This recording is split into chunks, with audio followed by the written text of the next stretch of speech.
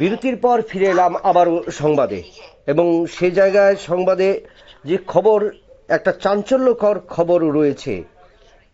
নৃশংস ঘটনা, 4 বছরের বয়সী শিশুকে পাথরের নোড়া দিয়ে হত্যা করল মা, এবং তারপর পুলিশ ওই মাকে গ্রেপ্তার করেছে।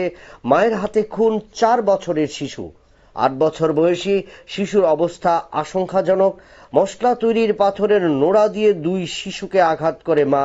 হাসপাতালে নিয়ে গেলে 4 বছরের শিশুকে মৃত বলে ঘোষণা করেছে চিকিৎসকরা।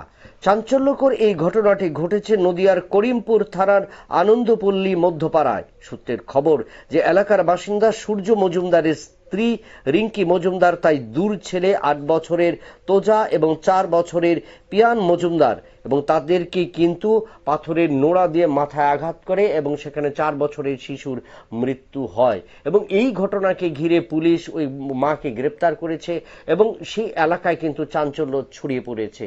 আমরা জানবো এলাকার সাধারণ মানুষের বক্তব্য এবং কি উঠে আসছে সেখান থেকে। বাচ্চা মাকে পুলিশে অ্যারেস্ট করলো, আপনার এলাকার পাশে কি চান আপনারা?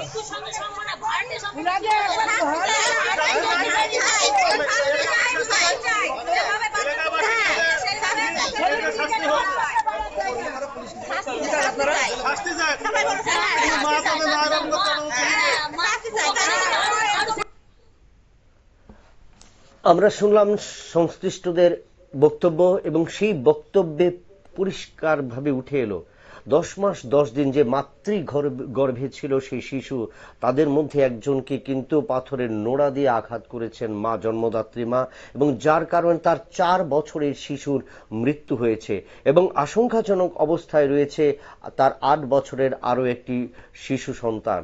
এবং এই ঘটনাকে ঘিরে বাংলার নদিয়া জেলায় কিন্তু চাঞ্চল্য ছড়িয়ে পড়েছে। এখন খবর এই পর্যন্ত। পরবর্তী সংবাদের জন্য নজর রাখুন নিউজ ভ্যানগার্ডে।